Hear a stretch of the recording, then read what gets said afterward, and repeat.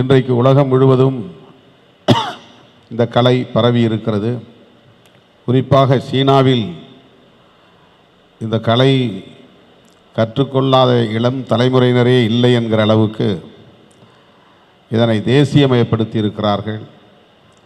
சிங்கப்பூரிலே ஒவ்வொரு வயது வந்த இளைஞனும் கட்டாயம் இராணுவ பயிற்சி பெற வேண்டும் என்பது சட்டப்பூர்வமான கடமையாக்கி இருக்கிறார்கள். அதைப்போல சீனாவிலே ஒவ்வொரு இளைஞனும் இளம் பெண்ணும் இது போன்ற கலைகளில் ஈடுபாடு கொள்ள வேண்டும் என்பதை நடைமுறையாக்கி இருக்கிறார்கள்.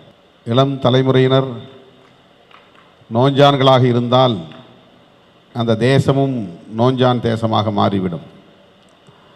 யூத் என்பது எனர்ஜி என்று பொருள். இளமைதான் ஆற்றல். அவர்கள்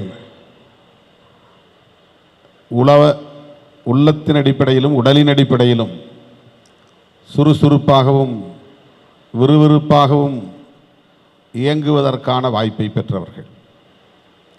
அந்த வயதில் கல்வி கற்பது எவ்வளவு இன்றியமையாததோ அதைப்போல உடலை